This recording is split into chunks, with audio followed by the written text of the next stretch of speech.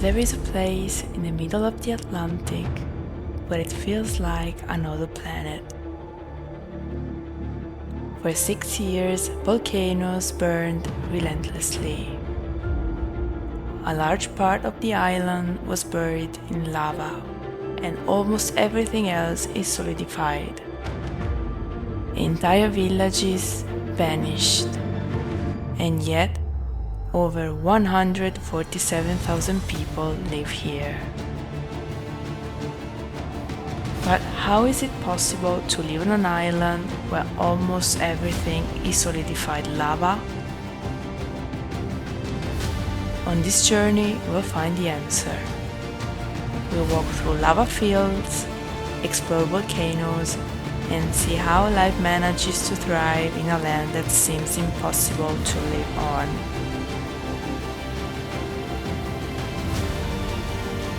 Welcome to Lanzarote, the island of fire.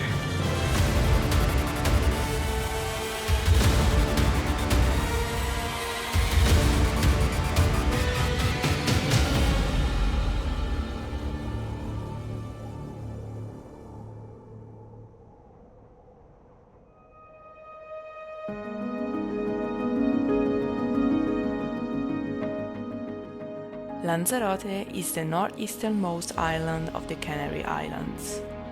It lies in the Atlantic Ocean about 100 kilometers from the coast of Morocco. Politically, it belongs to Spain, but geographically it is closer to North Africa. This location helps explain both its climate and its landscape. The island covers around 800 square kilometers and has a population of about 147,000.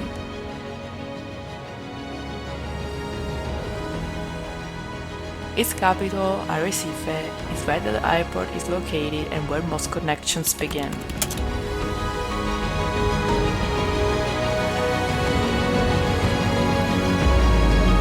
But something doesn't add up. As we said, almost the entire surface you see is solidified lava. No fertile soil, very little water.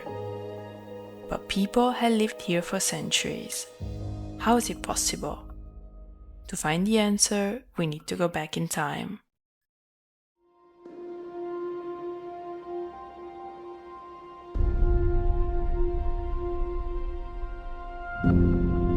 September 1st, 1730. Night. In the south of the island, the ground begins to shake. The volcano we now call El Cuervo erupted, and it did not stop.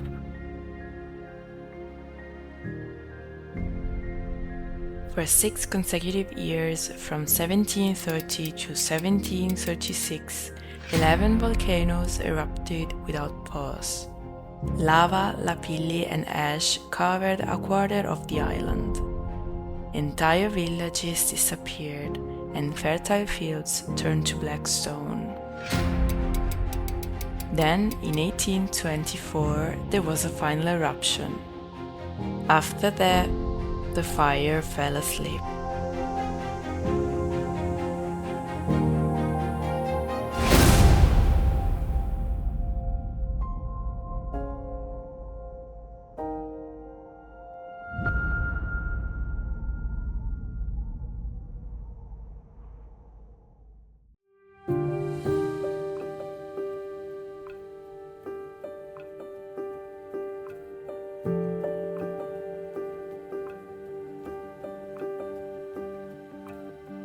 Today, this volcanic land is protected.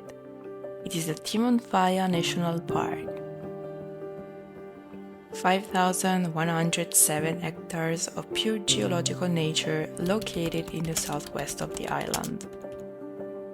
The park takes its name from an old village that once stood here, completely destroyed and buried by the volcanic eruptions of the 18th century.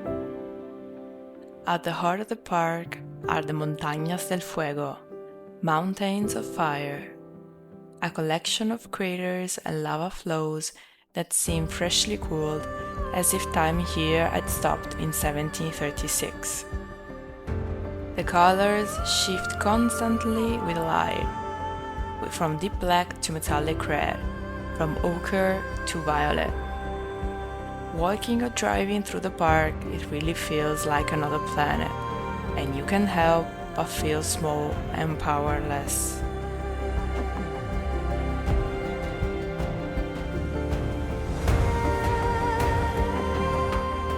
And if you're wondering whether there's still volcanic activity today, the answer is yes. Once inside the park, geothermal demonstrations take place on Islote de Hilario. Guides show something impressive. Just 2 or 3 meters below the surface, temperatures exceed 100 degrees Celsius. Dry grass ignites at the mere touch of the ground. And when a bucket of water is poured into one of the natural vents, it erupts in a towering geyser of steam. Seeing that geyser erupt is an experience that truly shows how alive this land is, and it's breathtaking. The route of the volcanoes is the only way to cross the central area of TIMANFAYA. To protect the environment, it is done using official park buses.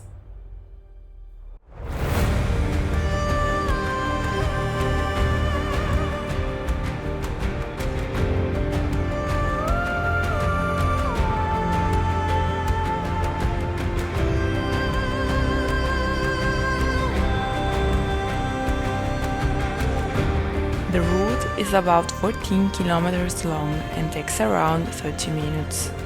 Along the way, you pass craters, lava fields, and various types of volcanic rock. The onboard audio guide explains the different volcanic formations. Some lava flows are rough and twisted, others are smooth and wavy. Each formation tells the story of a different moment in the eruption. It's like reading a geology book under the open sky.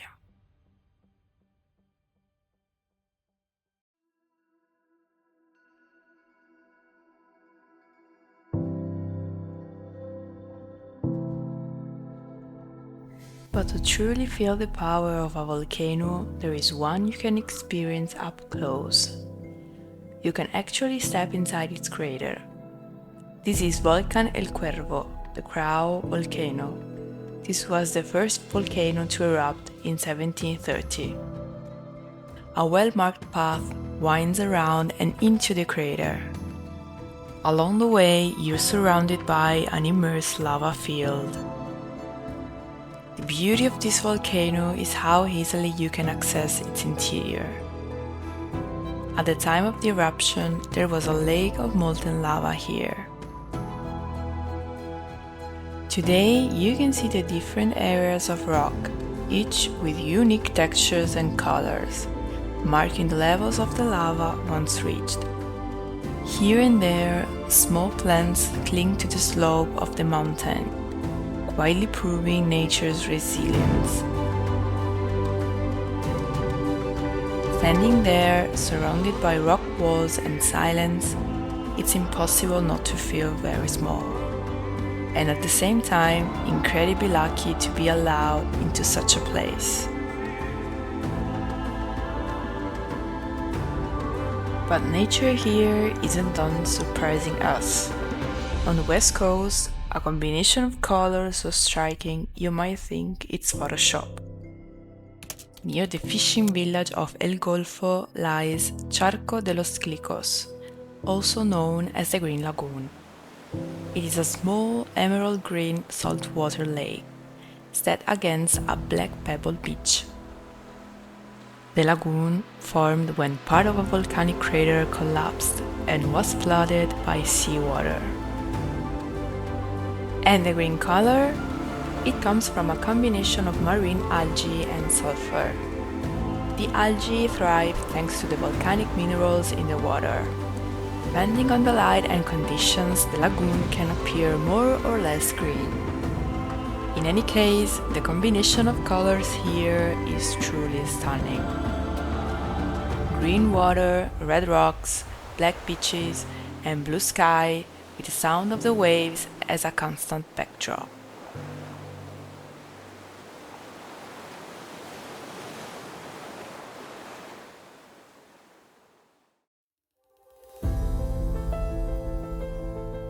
But let's go back to 1824, the year of the last eruption.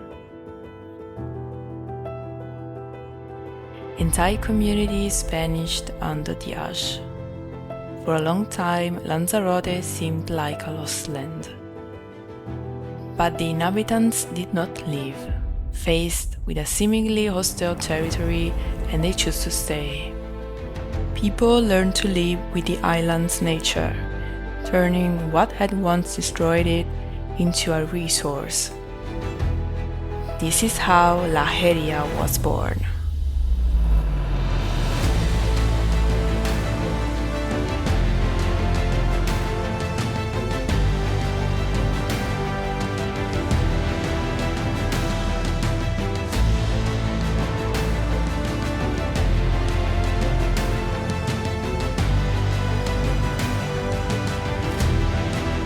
One of the most remarkable agricultural landscapes in the world. Here in the center of the island, over an area of about 52 square kilometers, land looks like a giant work of contemporary art. Thousands of conical pits dug into the volcanic ash, perfectly aligned, each with a single vine at its center.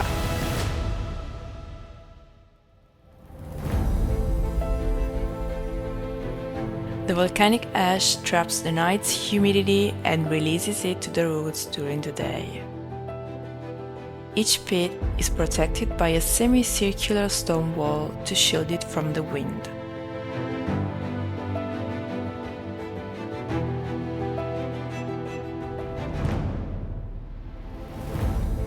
Today, this region produces 75% of Lanzarote's wines, mostly from the Malvasia grape. The wine route stretches about 20 kilometers from Uga to Mozaga, dotted with wineries where you can taste these volcanic nectars.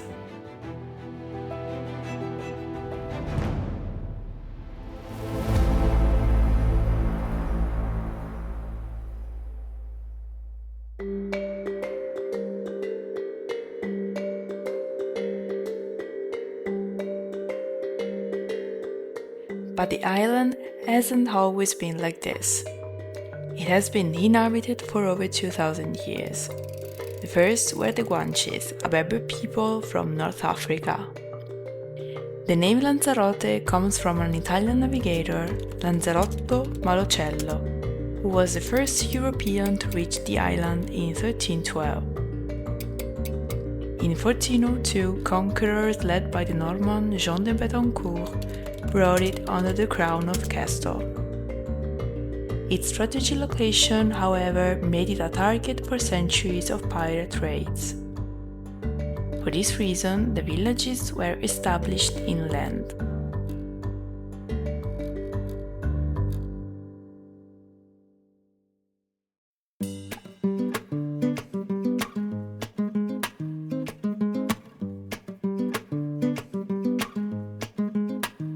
One of these places is Teguise, one of the first villages founded in the Canary Islands and the capital of Lanzarote until 1847. Walking through its cobblestone streets and admiring its colonial architecture today feels like stepping back in time. Here, the pace truly slows. You hear the wind rattling through the leaves, and familiar scents fill the air. Here we pause to taste the local cuisine: goat cheese, grilled or fried, and tortilla de patatas, a savory pie with potatoes and onions from the Spanish cuisine. From the historic heart of the island, we move north to Geria. Geria is different. Here, the landscape changes suddenly. Thanks to a unique microclimate, this area is the greenest on Lanzarote.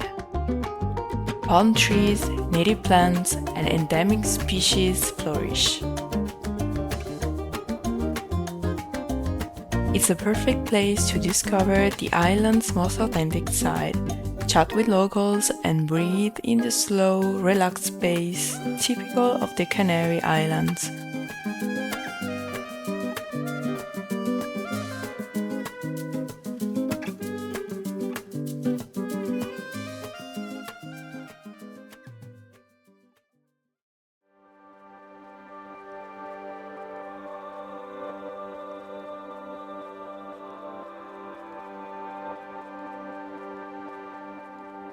But Lanzarote is an island, so of course it also has coasts and beaches. And even here it continues to surprise.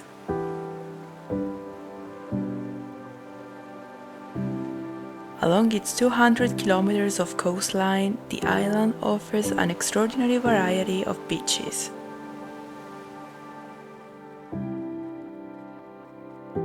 On the northwest coast lies Famara Beach, one of Lanzarote's most iconic and untamed shores. The beach stretches for about 6 kilometers, starting near the village of Caleta de Famara and gradually disappearing beneath the massive cliffs that share its name.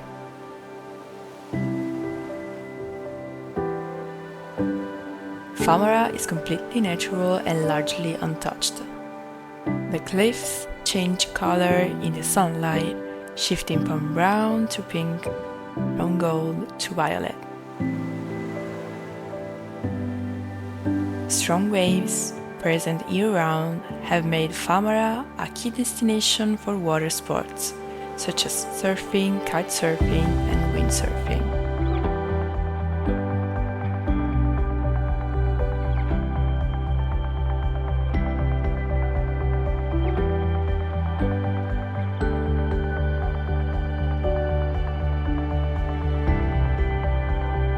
Very different in atmosphere, the south of the island offers a coastline of almost evenly beaches. This stretch of coast lies within the natural monument of Los Ahaches, a protected and largely untouched area. Here, small volcanic hills separate the beaches, creating a series of coasts with golden sand and crystal clear water.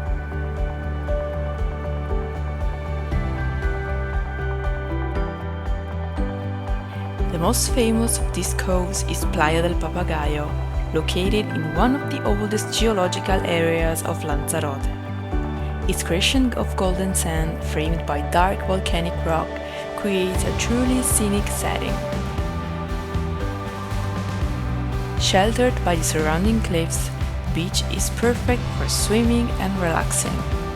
However, its popularity means it can get crowded, especially during the high season. For this reason, we personally prefer nearby beaches within the same park, such as Playa Mujeres or Playa del Pozo, where you can enjoy the same incredible sea, but in a more peaceful setting.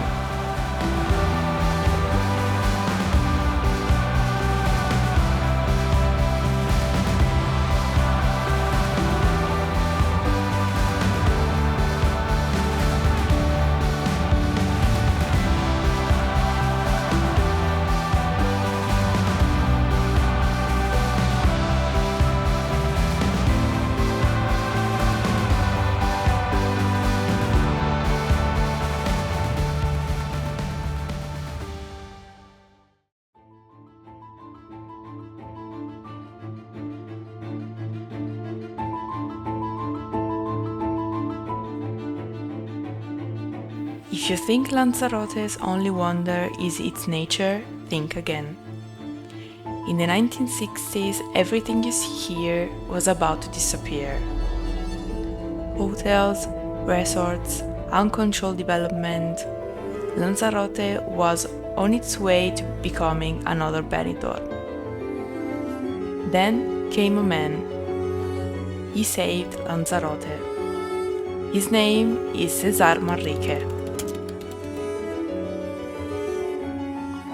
Born on the island and deeply connected to it, Manrique was not only a painter and a sculptor, but also an architect and a cultural activist. His idea was simple: architecture should adapt to nature. Manrique used Lanzarote as a canvas, working with lava, caves, and cliffs to create spaces where art and nature merge.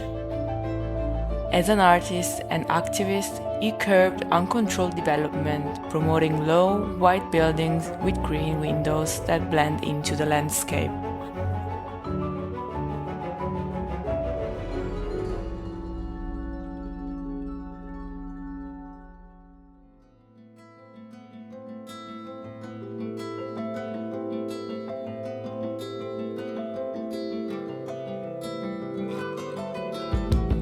One of the most iconic sites is Jameos Del Agua, located in the northeast of the island. This site is part of a vast lava tunnel formed by the eruption of the Volcán de la Corona. Inside Jameos Del Agua, Manrique transformed a natural volcanic cavity into a cultural space. At its heart lies a natural lake connected to the sea, created by marine infiltrations. This lake hosts a unique ecosystem, including tiny blind albino crabs, a species found only here on Lanzarote. Manrique designed the space to respect this delicate environment, combining it with areas dedicated to art, culture, and contemplation.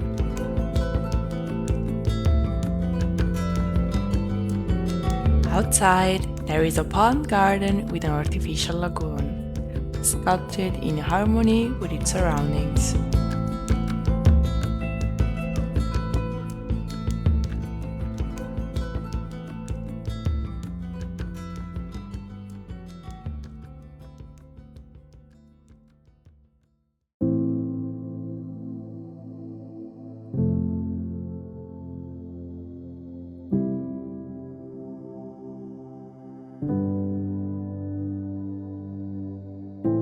Another extraordinary example of Manrique's vision is the Jardin de Cactus. The garden was created inside an old quarry of volcanic sand, which had been abandoned and used as a dumping site.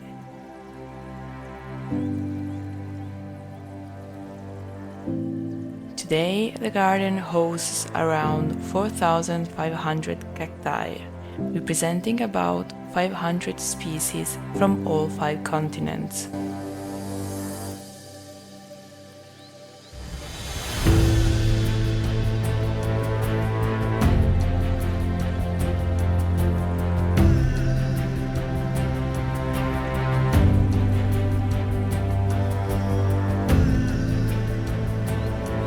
What captures you most is the contrast: rough volcanic stone and the vivid, exotic forms of the cacti.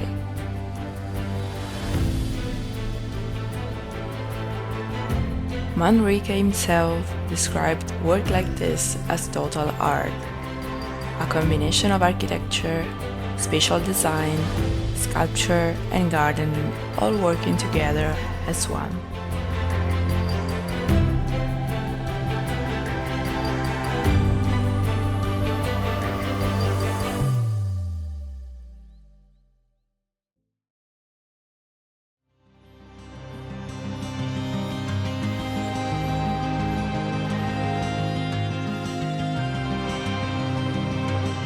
But there is one last place in Lanzarote that will leave you speechless. In the northwest, from the Mirador del Rio, another creation by Manrique, or the nearby Mirador del Porrito, you see something that seems impossible in 2026.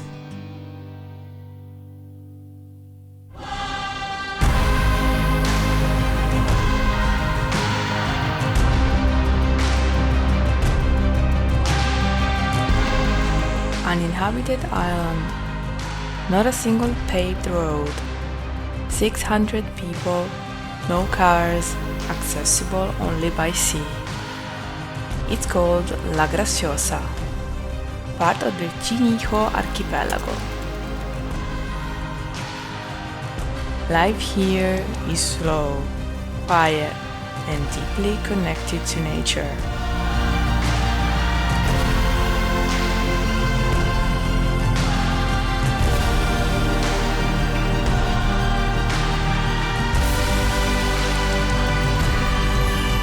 Nature follows its own rhythm. On Lanzarote, this truth becomes tangible. The island moves at its own pace, rugged, essential, sometimes harsh. Humans don't shape it. We don't command it. We are its guests, moving carefully through its landscapes, listening, observing, learning. Lanzarote shows us, in all its beauty and majesty, the power of nature, and, in every corner, reminds us that our place in the world is that of a visitor.